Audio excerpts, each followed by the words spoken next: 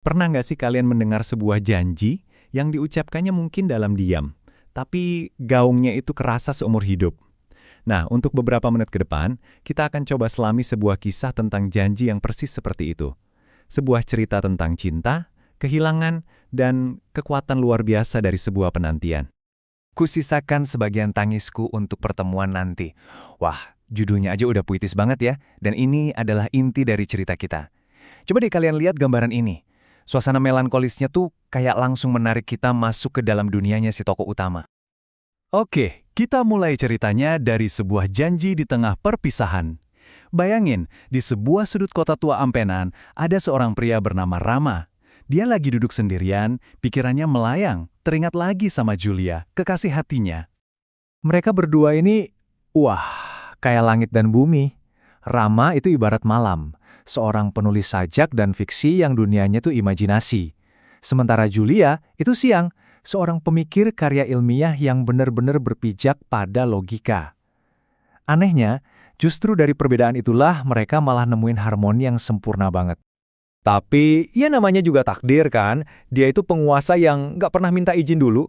Tiba-tiba aja ada panggilan dari universitas bergengsi di Bogor untuk Julia.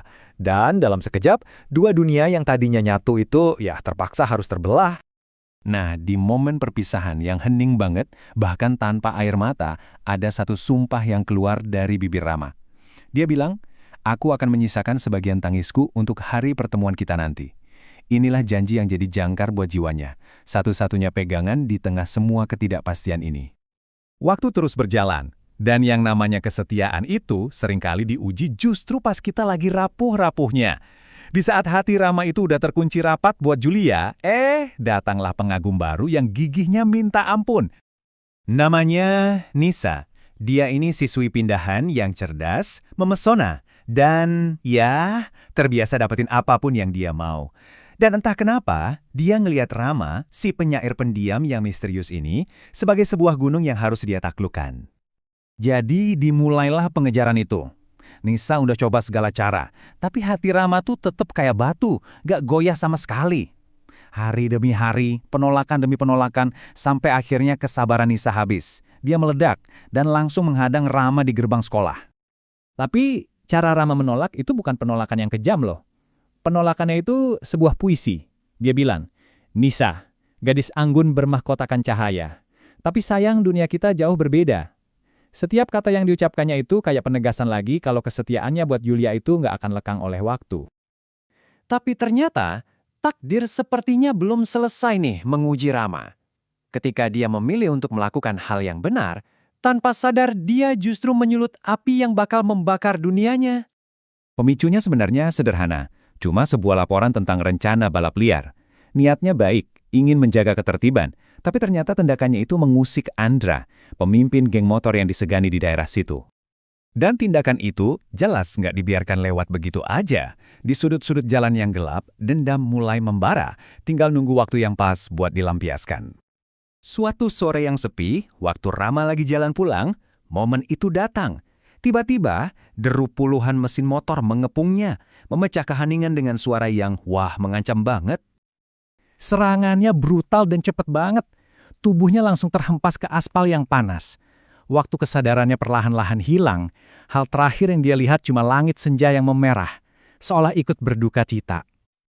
Serangan fisik itu mungkin udah selesai, tapi luka yang sesungguhnya baru aja dimulai. Luka yang nggak kelihatan, tapi rasanya kayak merobek-robek jiwa.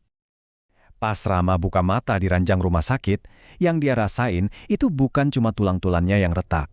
Ada rasa hampa yang jauh lebih menyakitkan.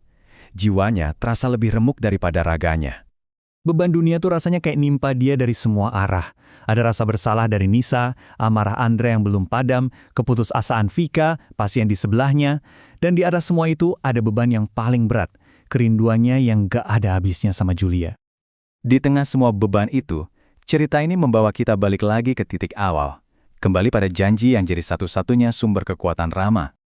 Disinilah kita melihatnya lagi, di kota tua yang sama, di tengah kesunyian, Rama yang sekarang udah lelah dan terluka, tapi tetap pegang erat satu hal yang tersisa, janji yang pernah dia ucapkan untuk Julia. Karena dia percaya, dan kita pun diajak untuk ikut percaya bahwa di suatu tempat di ujung penantian yang panjang ini ada sebuah pertemuan yang sepadan, sebuah reuni yang pantas dibayar dengan semua sisa air mata yang selama ini susah payah dia simpan. Kisah Rama ini menyisakan satu pertanyaan buat kita semua renungkan nih. Janji apa, atau mungkin siapa, yang ngasih kalian kekuatan buat terus bertahan, bahkan di saat dunia rasanya berat banget?